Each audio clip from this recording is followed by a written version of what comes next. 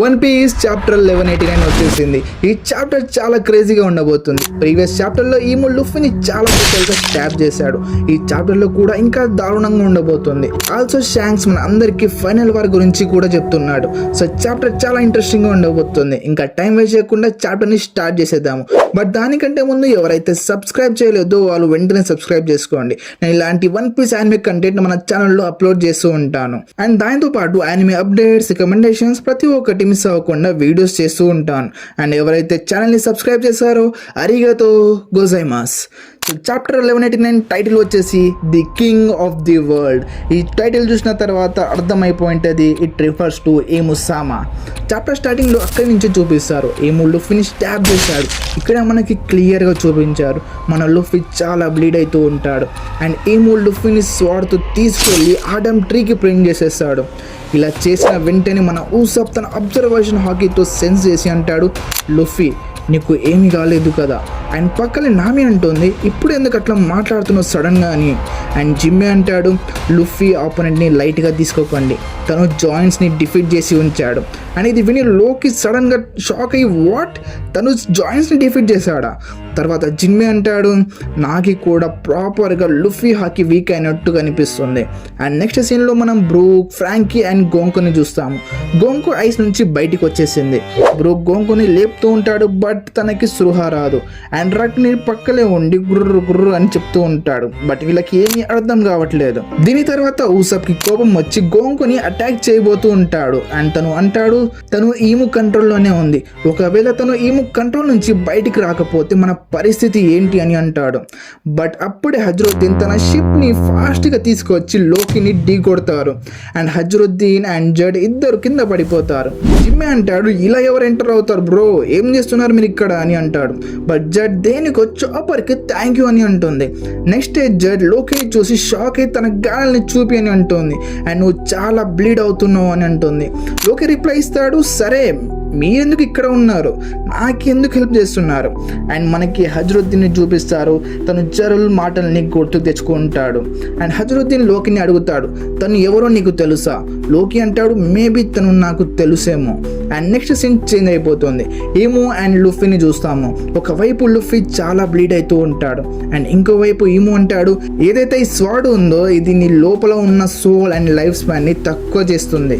And emu తన ఓమెన్తో ఇంకొక స్వాడ్ని someone చేసి అంటాడు, ఎన్నిసార్లు నిన్ను చంపాలి మంకీ డి లుఫీ, నీ పేరే చాలా దరిద్రంగా ఉంది. అండ్ ఈ ఇద్దరు అన్న తమ్ముళ్ళు ఏస్ అండ్ సాబో చాలా దరిద్రంగా ఉన్నారు నీకంటే. ఇలా అన్ని వాళ్ళని ఎక్కిరిస్తూ ఉంటాడు. అండ్ సమ్మన్ చేసిన స్వాడ్ నేమ్ వచ్చేసి ఫగర్స్, sword of the sea god. And Imu ఇంకొకసారి స్వాడ్ని తీసుకొని లుఫీని చాలా బ్రూటల్గా స్టాప్ చేస్తాడు. అండ్ నెక్స్ట్ సీన్ షిఫ్ట్ అయిపోతుంది. లోకికి షాంక్స్ మాటలు గుర్తుకొస్తాయి. లోకి తన నాన్నని చంపిన తర్వాత ఆ డెవిల్ ఫ్రూట్ని తినేసి అంటాడు, నేను ఈ డెవిల్ ఫ్రూట్ని యూజ్ చేసి మా నాన్న రివెంజ్ తీసుకుంటాను అని అంటాడు. అండ్ అక్కడే గబన్ కూడా ఉంటాడు. షాంక్స్ లోకికి సంజాయిస్తాడు, నేను నీ పొజిషన్ని అర్థం చేసుకోగలను, బట్ కొంచెం పేషెన్స్తో ఉండు, నీకు ఎంత కోపం వస్తుందో నాకు కూడా అంతే కోపం వస్తుంది.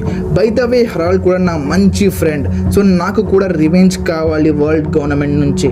బట్ వరల్డ్ గవర్నమెంట్ ఇప్పుడు ఎల్బఫ్ని కంట్రోల్లో తీసుకోవాలనుకుంటుంది.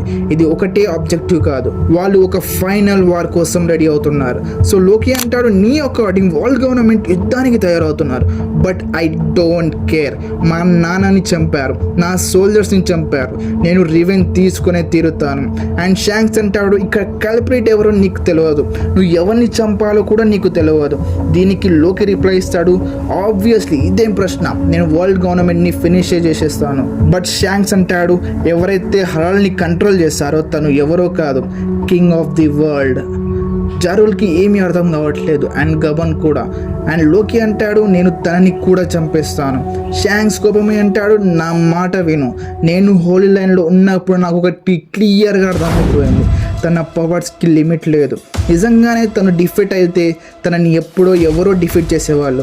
అండ్ షాంక్స్ అంటాడు ఈ టైంలో రివెంజ్ తీసుకోలేవు అని లోకి ప్రజెంట్లోకి వచ్చేస్తాడు అండ్ ఆలోచిస్తూ ఉంటాడు. తను నిజంగానే అంత పవర్ఫుల్ అయితే and king of the world అయితే ఇది నాకు మంచి ఆపర్చునిటీ, నేను తనని ఇక్కడే ఫినిష్ చేస్తాను అని ఆలోచిస్తూ అంటాడు.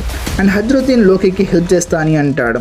ఇక్కడ మన జింబేకి ఏమీ అర్థం కావట్లేదు. అండ్ నామి అంటుంది ఒకవేళ ఒక్కడే కింగ్ ఆఫ్ ది వరల్డ్ అయితే ఈ టైంలో గోరసెస్ ఏం చేస్తున్నారు. అండ్ రగ్నీర్ గుర్ర అని అంటూ ఉంటుంది. బ్రూక్ అంటాడు నాకు డిస్టర్బ్ చేయదు. అండ్ చాపర్ రగ్నీర్ మాటల్ని అర్థం చేసుకుని అంటాడు రగ్నీరే ఈ ఉమెన్ని ఫ్రీజ్ చేసింది. బ్రూక్ బి లైక్ నువ్వే ఫ్రీజ్ చేస్తావా అని కోపంతో అంటాడు. నేను అర్థం చేసుకోగలను, తను ఇప్పుడు వేరే వాళ్ళ కంట్రోల్లో ఉంది, బట్ తను నాకు కూతురుతో సమానం. ఇది విని రగ్నీర్ గురుగుర్ అని అంటుంది. వీళ్ళ ఫేస్ కూడా మ్యాచ్ అవ్వవు, వీళ్ళు ఇలా ఫాదర్ అండ్ డాటర్ అని అంటాడు. అండ్ సీన్లో రాబిన్ కూడా అంటుంది చాపర్ నువ్వు నాతో లైబ్రరీకి రా, నీతో కొంచెం పని ఉందని అంటుంది. అండ్ సోల్ వాళ్ళకి పిలుస్తూ ఉంటారు. అండ్ నెక్స్ట్ సీన్ చేంజ్ అయిపోతుంది. ఈము ఇంకొక స్వాడ్ని సమ్మన్ చేస్తాడు. ఈసారి ఈము ఒక యాక్స్ని సమ్మన్ చేస్తాడు. ఈ యాక్స్ నార్మల్ యాక్స్ కాదు, దీని పేరు axe of heavenly punishment.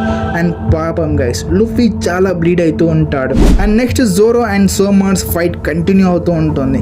Zoro 3 swat స్టైల్ని యూజ్ చేస్తూ ఉంటాడు. అండ్ వీళ్ళ స్వాట్ క్లాష్ అయ్యి హాకీ ఓవర్ఫ్లో అవుతూ ఉంటుంది.